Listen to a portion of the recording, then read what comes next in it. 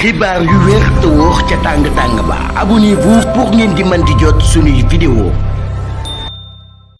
jërë ngeen jëf ci ànd gi ak ñun ci chaîne bii di Buzz 221 HD ginnaaw bi ñu leen nuyoo comme ni ñu ko daan defee saa su ne xibaar yi dañ koy dooree ca Kaffrine benn waay boo xam ni dafa doon dóor soxnaam ci seen vëyu ngénte maanaam doom ji nga xam ne dañ koo am bi ñu waree xëy ngénte ko ci la doon dóor jabaram ba yoon daal di koy teg ay daan MND am 37 ans daan nañ koy topp ci kanamu justice pour coups et blessures volontaires sur son époux sur son épouse nekk ay faits yoo xam ne nag daan na koy amal à la veille du baptême de leur enfant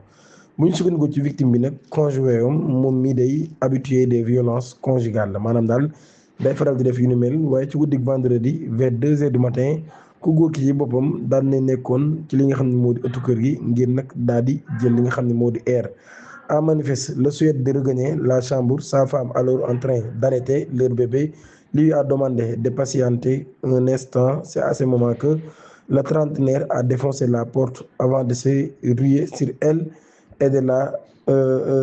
ginnaaw kon lu jiitu muy dal ci kawam daal di koy dóor maanaam ginnaaw bi nga xamee ni nekkoon na ci biti di jël air bi mu ñëwaatee ne pour dugg fekk soxna si mi ngi nàmpal doom ji mu may ñaan ko na ko may tuuti ci la nag daal di frappé porte bi daal di dal ci kawam. ci baar bi nag wala boog ci tribunal bi nag grande instance de Kaffrine moom prévenu daal weddiwul mbir yi nga xam ne moo lañ koy toppee ginnaawal délibération bi nga xam ne tribunal daan na koy joxe daan na koy déclaré coupable daal koy tëj ab peine bu toll ci atum kaso moo xam ne benn bi daf koy tëdd waaye ci loolu yi mu war a jox 50 000 francs CFA ab amende